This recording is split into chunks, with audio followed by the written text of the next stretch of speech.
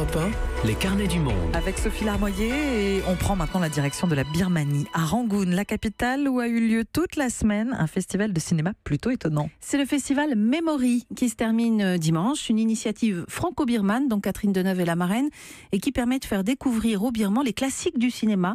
Toute la semaine ont eu lieu des projections en plein air ou dans une salle, également des ateliers de discussion, on va y revenir. Et ce festival, il a permis aussi de décocher un petit coup de pied à la censure qui existe toujours pour les créatifs du pays. Et c'est comme si on y était grâce à Carole Izou qui nous raconte. Reportage. Les accents enjoués d'une musique d'un autre âge résonnent dans le jardin public en face de la mairie de Rangoon. Ce soir, les habitants sont venus en famille avec les enfants, les anciens. Ils se sont installés par terre sur des nattes en osier ou sur des feuilles de papier journal pour assister à la projection du Dictateur de Charlie Chaplin. Beaucoup de rires, quelques exclamations et l'émotion de ce discours final qui invite les peuples à s'unir contre les gouvernements qui les oppressent.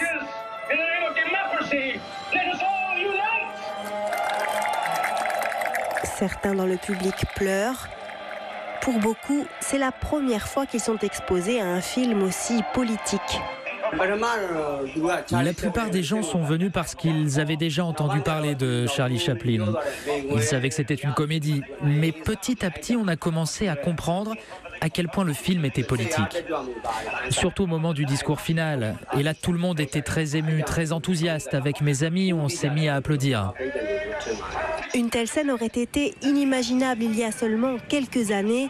Regarder le moindre film étranger vendu sous le manteau pouvait alors vous envoyer directement en prison. Mais preuve que les temps changent, le festival a réussi à imposer pour cette année un thème audacieux, les films censurés à travers le monde. La programmation balaye les œuvres de Louis Buñuel, les films interdits sous le régime soviétique ou encore le plus récent Persépolis de Marjane Satrapi qui raconte la révolution iranienne dans un langage plutôt direct. Quand vous courez, votre derrière, il fait des mouvements. Comment dire, impudique? Eh ben, vous avez qu'à pas regarder mon cul! Mais si la projection de films étrangers bénéficie d'une certaine liberté, du côté des réalisateurs birmans, c'est une toute autre histoire. Ils doivent encore composer avec une censure draconienne, comme nous l'explique Mong San, un jeune réalisateur. L'interdiction la plus évidente concerne toutes les questions autour de l'homosexualité.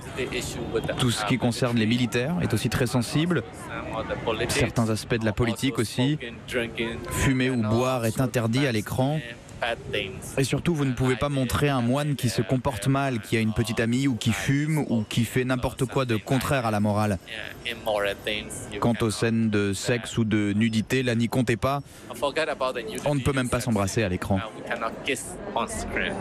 En plus des projections, toute une série d'ateliers, de conférences permettent d'ouvrir le dialogue entre artistes et membres du bureau de la censure afin d'essayer justement de faire évoluer la loi. Pour Gilles Duval, l'un des organisateurs, c'est aussi ça l'objectif du festival. On pousse, nous, à ce que la censure soit reconsidérée et au moins qu'il y ait une classification des films. Classification, ça veut dire interdit au moins de 12 ans, interdit au moins de 16 ans, interdit au moins de 18 ans. C'est aussi une des missions qu'on estime devoir au Birman, une des missions du festival Memory, c'est pas seulement de montrer des films, ce n'est pas seulement de restaurer le patrimoine, c'est aussi de les accompagner pour favoriser d'un point de vue juridique un renouveau du cinéma birman comme ils l'ont connu dans les années 20. Car le cinéma birman a bien connu un âge d'or au début du XXe siècle. En attendant, avant de pouvoir renouer avec ce passé glorieux, une nouvelle loi sur la censure qui devrait élargir les horizons des artistes sera mise en place l'année prochaine.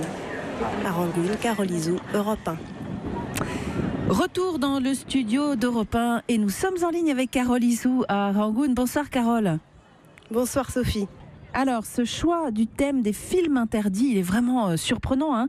La Birmanie, c'est une très jeune démocratie. Elle est toujours dirigée partiellement par des militaires. C'est vrai, mais par ce prisme du cinéma, en particulier des vieux films birmans qu'ils restaurent, les organisateurs du festival ont convaincu les autorités que ce débat sur différentes censures était intéressant.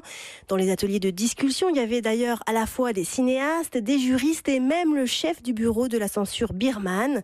La réalité, c'est aussi que l'industrie l'industrie du cinéma birman veut se développer à l'international. Il y a des talents ici, des réalisateurs qui ont beaucoup à dire. Ils ont besoin de fonds internationaux, de coproduction, et le festival permet aussi de créer ces rencontres et les conditions de ce développement. Alors vous évoquiez dans le reportage le passé glorieux du cinéma birman. Il est complètement tombé aux oubliettes, mais pendant un temps, la Birmanie possédait les studios les plus importants d'Asie, m'avez-vous dit. Oui, c'est vrai, c'était dans les années 20 et 30, alors que les Britanniques dirigeaient encore le pays. Plusieurs studios birmans, dont les studios A1 et Parrot, produisaient alors des films de qualité, dont les célèbres Amour et alcool en 1920, ou encore La jungle d'émeraude en 1934, des films muets, bien sûr, complètement oubliés depuis, mais qui à l'époque avaient fait un tabac dans toute l'Asie. Et puis à partir de la guerre, de l'occupation japonaise, l'industrie a commencé à décliner et a été remplacée progressivement, d'une part par les films indiens de Bollywood et de l'autre par les productions malaisiennes et hongkongaises, ces fameux films de kung-fu qui dominent le marché asiatique jusqu'à aujourd'hui. Ces films du patrimoine birman, aujourd'hui, ils sont perdus ? Mais souvent, ils sont stockés dans une cave, dans les conditions de chaleur, d'humidité que vous pouvez imaginer ici en Birmanie. Comme il n'y a pas ici de véritables archives nationales, on estime qu'environ 90% des films en noir et blanc de cette période ont été irrémédiablement perdus ou abîmés. Ce qui reste, certains Birmans passionnés, en coopération avec des studios étrangers qui ont les fonds et la technologie nécessaires, essayent de les restaurer.